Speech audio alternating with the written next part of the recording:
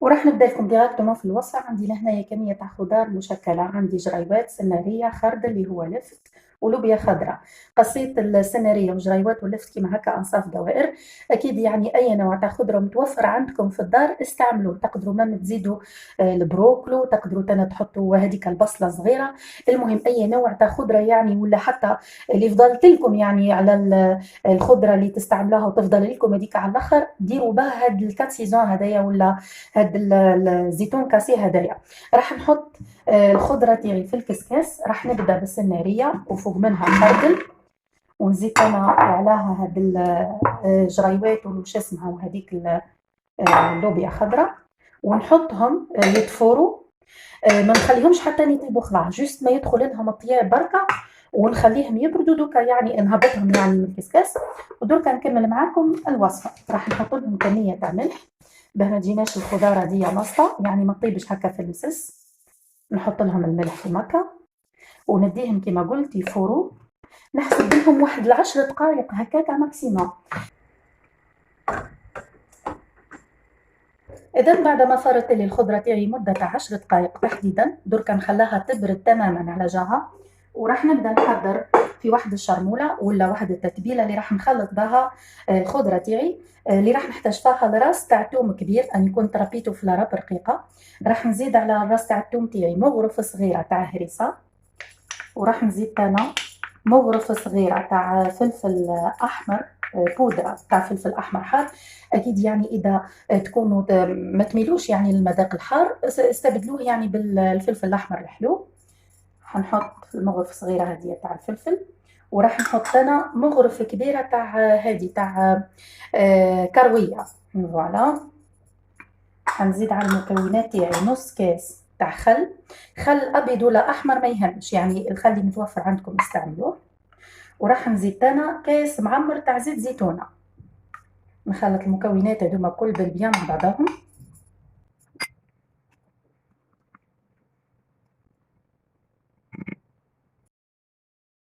وبعد ما تكون الخضره تاعي بردت لي كيما هكا بالبيان، ونتاكد يعني باللي كل كعبه منها شايحه خلاص، يعني ما تكون حتى قطره تاع ماء في الخضره تاعي.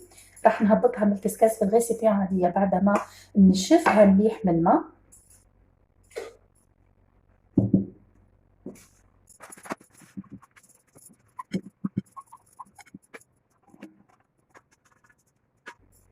وراح نزيد على الخضره تاعي كعبه تاع بصل هكا شويه متوسطه، قصيتها كيما هكا مربعات. وراح نزيد تاني زيتون اكحل وزيتون هدايا الموف، غسلته بالبيان. دركا نحط هاد التتبيله هذه اللي درتها، نوزعها كيما هكا فوق الخضره ونخلطها فيها بالبيان. فوالا.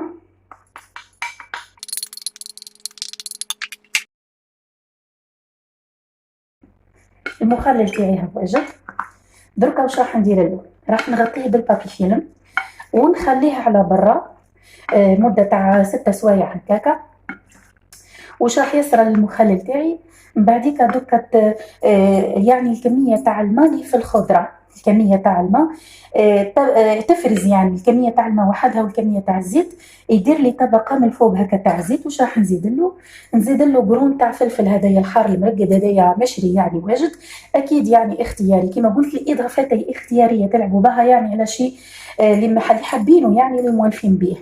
المهم الطريقه اخواتي، الخضره كما شفتوا معايا يعني لا ميثود تاع تفوروا الخضره ومن بعديك تبردوها بالبيان. ونأكد لكم على الخضره اللي تستعملوها يعني في المخلل تاعكم ما تزيدوا لهاش هاد التتبيله هذه غير لكان تاكدتوا باللي بردت خلاص ونشفت خلاص. كون ديروها وهي سخونه ولا فيها هكا شويه ماء، من بعديك الماء هذاك هو اللي راح يفزدها لكم، يعني ماهيش راح تصبر لكم ياسر ودير الطبقه هذيك من فوق تاع الصوف هكا. اذا لازم تخليوها تبرد خلاص وتنشف تماما باه تزيدوا لها التتبيله اللي وجدتها. درك انا نديركم نزيد نخلطها بالبيان ونغطاها بالبابي فيلم ونخليها مده تاع 6 سوايع حتى هكا تزيد تتشرب لي يعني من هاد لا ماريناده دي ولا من التتبيله اللي حطيتها لها. اذا بعد ما خليت الزيتون كاسي تاعي مده تاع 6 سوايع كما قاعدين تشوفوا، هو خرج الزيت نتاعو. نحيه من الريسيبيون. والراحه تاعو شنو نقول لكم، ريحته ما شاء الله. شوفوا معايا هو خرج يعني كميه تاع الزيت اللي حطيتها له.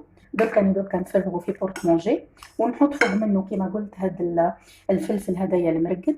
ما حبيتش يعني نديرو معاه من المره بيسكو هدايا واجد يعني ومرقد وكل شيء، نحطو بركا جوست فوق منه يعني كي نفرغو في البواط.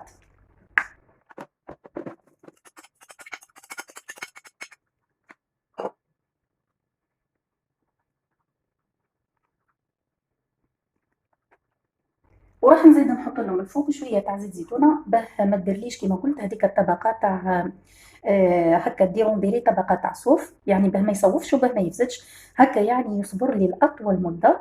ونحط الزيتون كاسي تاعي في الفريجيدير. يعني الزيتون كاسي هذايا كيما شفتوا معايا يعني الطريقه تاعو ما كانش ما اسهل منها، يعني توجدوه تخليوه يبرد، تستعملوه كيما نقولوا في نهار بعدها تفوروا كيما شفتوا معايا يعني الخضره هذيك كي تفوروها يعني راح يجيكم الزيتون كاسي تاعكم يعني واجد بلا ما يعني تخليو الخضره نيه. كي تخليو الخضره نيه يعني تطول باه تستعملوه يعني باه تستهلكوه.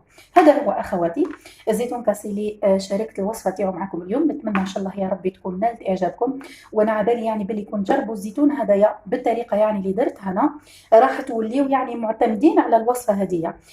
كما قلت يعني الخضار اللي عندكم قادرين تحطوهم، اي خضره عندكم متوفره في الفريجيدار ديروها بيان سور ابار البطاطا ما تقدروش يعني ديروها ترقدوها. ابار البطاطا يعني اي خضره عندكم تقدروا تضيفوها للزيتون كاسي هذايا وتستهلكوه كما حبيتوا نتوما. وهذا هو اخواتي الاقتراح تاع اليوم واللي كان زيتون كاسي ولا كات سيزون. حبيت نعطيكم اقتراحات هكا تاع تقديمه. رافقته مع البطاطا اللي فريت ومع مع العظام تاعنا مقليين كيما عارفين يعني اليامات تاع الصيف نحبوا غير نديروا هكا الحوايج الخفاف.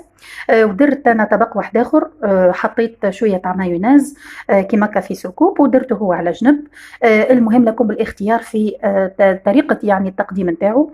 قادرين تنا ديروه غير هكاكا بركا يعني تاكلوه وحده تحطوه يعني مع ولا تحطوه هكا في ليزاسيات صغار ترفقوا به الاطباق نتاعكم. اي فوالا اخواتي هذا هو الاقتراح تاع الفيديو تاع نهار هذا، ان شاء الله يا رب يكون نال اعجابكم. وانا عبالي يعني بلي يكون جربوا الزيتون كاسي يعني بالطريقه هذه اللي درتها انا عبالي يعني بلي راح تعجبكم ياسر. واذا عجبكم الفيديو تاع اليوم وعجبكم الاقتراح تاعو كالعاده ما تبخلوش عليا بجام وتخليوا لي تعليق ايجابي. اللي ماهيش مشتركه في قناتي ودخلت عندي اول مره نطلب منها تدعمني باشتراكها وتخلي لي حتى هي جام تعليق ايجابي وتفعل جرس الاشعارات باه يوصل لها كل فيديو جديد مني. راح اكون ممتنه لها ياسر ومشكوره على ذلك. والى الملتقى مع فيديو جديد ومحتوى جديد ودمتم في رعايه الله وحفظه والسلام عليكم ورحمه الله تعالى وبركاته.